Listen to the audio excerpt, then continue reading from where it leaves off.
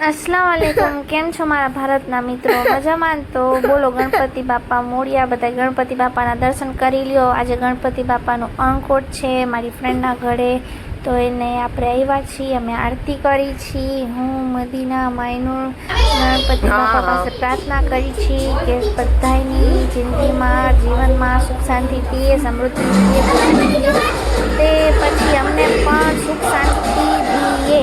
અને તમે લોકો કોમેન્ટ કરો છો બેન બ્લોગ કેમ નથી બનાવતા, બ્લોગ કેમ નથી બનાવતા? તો મને ટાઈમ નથી।